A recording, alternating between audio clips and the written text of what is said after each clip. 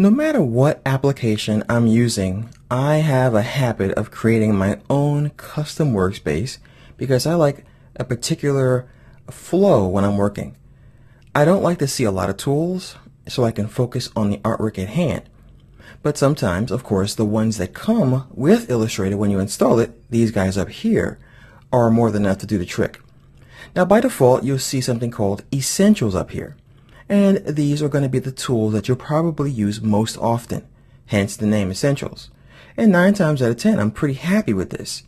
But you'll notice that we have a little dividing line right here and something called Hunter Paint. Well, this is a workspace that I created because my nickname is Hunter, and this is something I do in Illustrator quite often. I typically do a lot of my coloring work like this inside of Illustrator. So I created this workspace. I'll go ahead and switch to it right now. Now you'll notice that automatically all the tools that I like to use when I'm painting have appeared. I have my transparency, so I can control things like this tier here, so I can make it transparent. I have my stroke, so I can change the weight of a stroke or this outline. I have my gradients, so I can have this kind of effect back here. I have the color palette or panel, my swatches, and my brushes down there. I also have layers way down the bottom, but I'm working at a smaller screen size than I'm used to. So when I'm recording, I work at a much smaller resolution. But as you can see, you can really control what you're dealing with. And it's kind of cool to see your name up there. So I can go to Hunter Paint, then I can go to other things like back to Essentials. And I can try things like Freehand. And if you're not familiar with Freehand, there was a company, I believe, called Macromedia who had an application called Freehand, which was the #1 competitor for Illustrator until, of course, Adobe bought them. And, well, Illustrator and Freehand, let's say Illustrator won that fight. Or you could choose like InDesign, another Adobe application, like Photoshop, painting, printing, and as you can see here, other workspaces. So let's go ahead and create one. I'm going to go ahead and open up some of these guys and I'll tear some stuff off. So I'll grab my color and I'll grab my brushes. I'm going to grab the gradients and I'll grab the appearance. I'll just put them over here. I'm going to take these guys and put them over there. And I'm going to grab my tools and I'll put them on this side. And I'll wait for the blue line to appear so I know it'll lock on there when I let go of the mouse. And to connect these panels together, I'm simply going to click on the tab here and I can see the little blue line appear, and when I let go it is now docked to the bottom of that other panel, and I'm creating a super panel.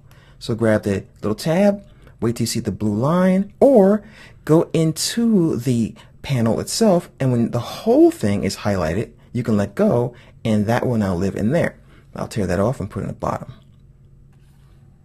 I'm not a big fan of having multiple tabs inside of another one. I like to have just the panel so I can focus on that without having to move around. I like to really have a very efficient workflow. So I'll go ahead and put this over here. Now what we're going to do is we're going to head up to where it says Essentials, click on the little drop down arrow, and we're going to go to where it says Save Workspace. Then you can call it what you want. So I'll call it Hunter 2. And once I'm happy, click OK. And you'll see that it says Hunter 2 up here, or whatever you named yours. So I have Hunter 2 and Hunter Paint all living under here. And I have this little divider. So I can go back and forth easily between any of these or my own custom workspaces. So I'll go back to Hunter Paint, and everything goes back to where it's supposed to be. I'll go back to Hunter 2, and all the tools go where they're supposed to be. So it's really a beneficial way to work. So if you're a logo designer, just choose the tools you need to create logos and nothing else, so you don't have to see them. But if you need to do anything else like coloring in characters or anything, then just switch it up. Now let's talk about how we get rid of some of these workspaces. Well, you see that we have the Manage Workspaces option on the bottom. So I'll go ahead and select this. And you see that the workspaces we create live here. So what I can do is click on Hunter 2, for example, and I can hit this little garbage can, and then it goes away. I'm not going to get rid of my Hunter Paint because I love Hunter Paint. So I'm going to hit OK, and you'll notice that this name goes away, but I could choose Hunter Paint. Now the cool thing about doing that is it will respect the last workspace even though you deleted it. So everything is still where Hunter 2 was set up. but it will no longer be there again if I try to get that. So make sure you want to get rid of that workspace before you do so. But you can, of course, easily recreate it. So that is how you can create your own workspace to suit your workflow, how you can save it, and also manage it so you can delete it. And by the way, you can also come back here again, click on the name, and rename them if you want to.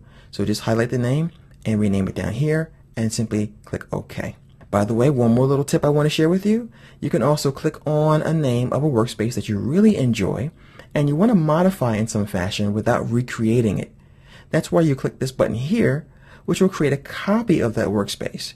Then you can call it whatever you want to, and then of course you can rearrange the panels and rename it if you like.